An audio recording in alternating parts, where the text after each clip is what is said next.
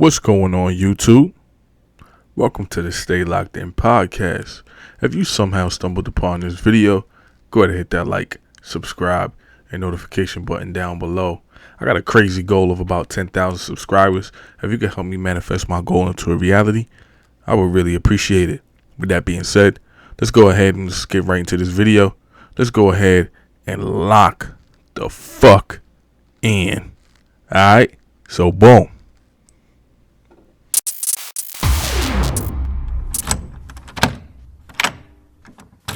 Alright, let's get right into this video.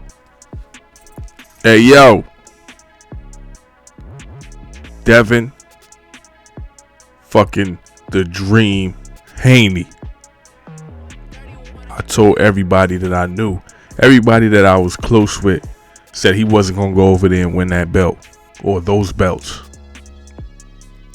Man, I'm so proud of that dude, man. Shout out to Devin Haney, Bill Haney, his whole team. I'm just extremely excited and happy for that young man. 23 years old, man, and you know he went out there, did what the fuck he was supposed to do. It was a complete domination of a fight. He kept the distance. He got the best jab in boxing. The best jab in boxing. Hands down. Hands down. We seen they tried to throw all of the stumbling blocks and the hurdles in front of this man. Try to rattle him. You know, tried to get in his head, shake him up mentally. Stopping his father, Bill Haney, from coming over. And then the last second, within 48 hours, damn near 24 hours of the fight, saying that he could come into the country for a drug charge over 30 years ago. Make this shit make sense, bro. Real talk. We knew they was playing mental gymnastics. And, you know, shout out for that young man to keep his poise and stay locked in, no pun intended, and just straight tunnel vision of what he wanted to do. He stayed calm, cool, and collected the whole time. I ain't see him get shaken up, rattled, not one time. And George Kambosos was trying his hardest. He was calling him a rat. You know what I'm saying? Exposing private conversations that they had. Doing all type of crazy shit, man. And it was, at the end of the day, it was all antics. And I kind of already knew what was happening when the man didn't make weight. How unprofessional is that as a boxer? You know, as a boxer, it's what you do for a living. You know, me, I'm sitting here talking shit on a camera on YouTube. My fat ass. But this is what you do for a living. All your belts is on the line. Your whole country is standing behind you. Now is not the time, bruh. You know? So, but listen, man. With that, all of that being said, I gotta take my hat off. Shout out to George Kambosos for even taking the fight and giving Devin Haney the chance. This is what we need in boxing. This is what the fans want to see.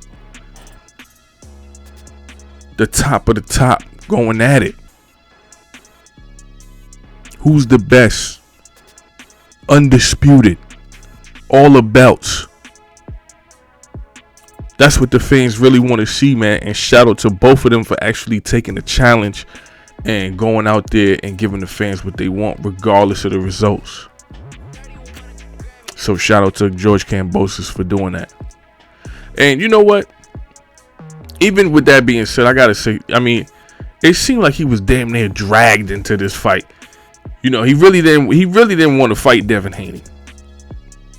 He really didn't. Let's keep it all the way a stack.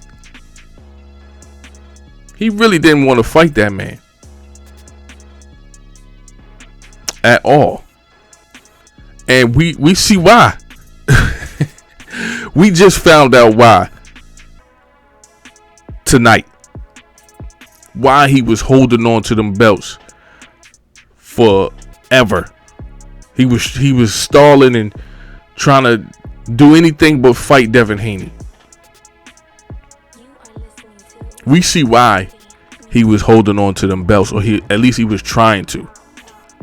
And then it got to a point where it was like it was too much pressure, and it was like, all right, I gotta fight this dude. Loma pulled out, and shout out to the people that's going through those tough times in Ukraine, because I can only imagine. My heart goes out to all of those people over there, man, for real. People that are dealing with that, I can only imagine what that feels like. So that's a whole nother story. But we know why he didn't want to fight Devin Haney tonight. Complete domination. I don't think he won one round. We probably could have maybe gave him one round. Maybe. But everything that he threw was countered. Whether Devin Haney was pot shotting him, jabbing him, disrupting his flow or his rhythm, turning him, crowding that right hand.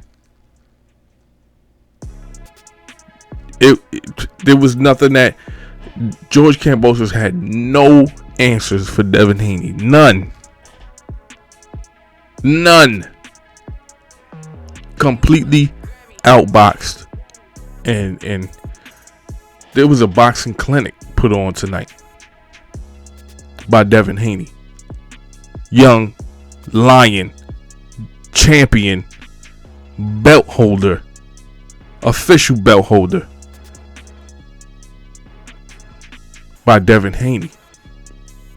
And shout out to Devin Haney, man. There's been a lot of talk about he's a paper champion, he's an email champion. They can't say that shit now. What they can't say that now.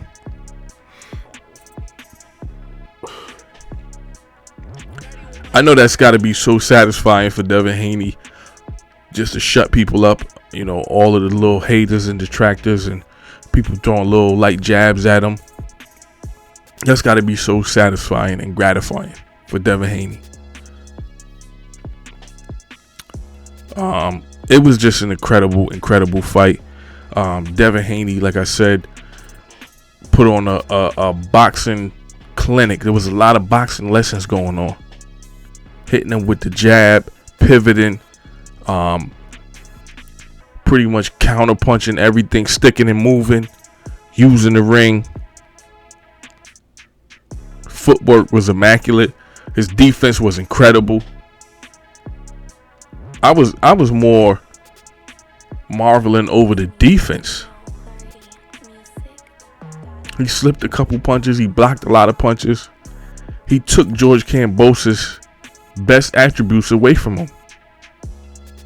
Easy. Only thing that I'm upset about is I put a bet on the fight for a split decision for Devin Haney, and it was unanimous, which is some bullshit. I'm still a little tight about that, but it is what it is, man. I'm happy Devin Haney got that fight out of the way, won the fight, and I'm glad that there wasn't any bullshit as far as him going over there and being in foreign territory. I know that there wasn't any Australian judges, so shout out to that. But we know what the Australian government was trying to do. They was trying to rattle that man, not letting his pops and his coach come in, Bill Haney, not allowing his cut man to come in. All of these hurdles and stumbling blocks that he had to get over. And now Devin Haney could say that he is a true champion. And the world has to call him a true champion. So shout out to Devin Haney, man. I just, where does he go from here? Listen, the division is loaded with talent. You got Ryan Garcia, you got Tank Davis, and I think Shakur Stevenson. I don't think he's in the top pound for pound rankings right now, but that's a bad boy, bad man. Shakur Stevenson might be the next Earl Spence, Terrence Crawford. Shakur Stevenson versus Devin Haney.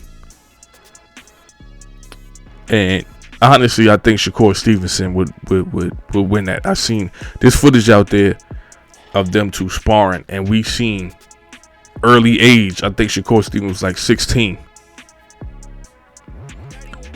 Man, but that's a whole nother story for a whole nother day. We got to give Devin Haney his props, his flowers, let him enjoy his moment. That man worked hard. He got his shot and he took advantage of it, full advantage of it. Came in ready, prepared. Came in, made weight. Was looking shredded. Pause.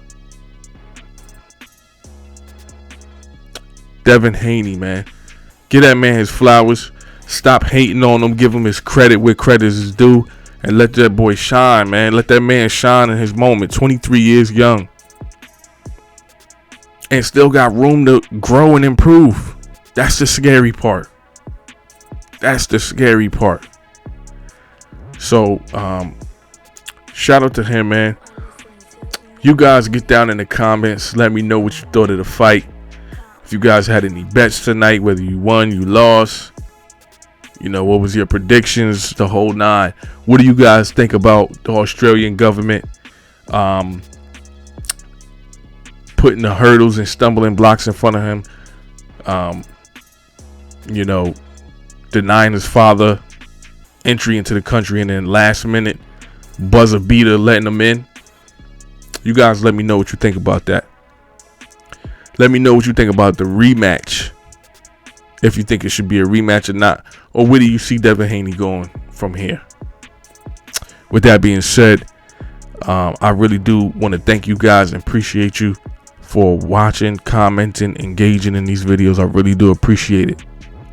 And I hope everybody out there stays focused, stays prosperous, and stays locked in.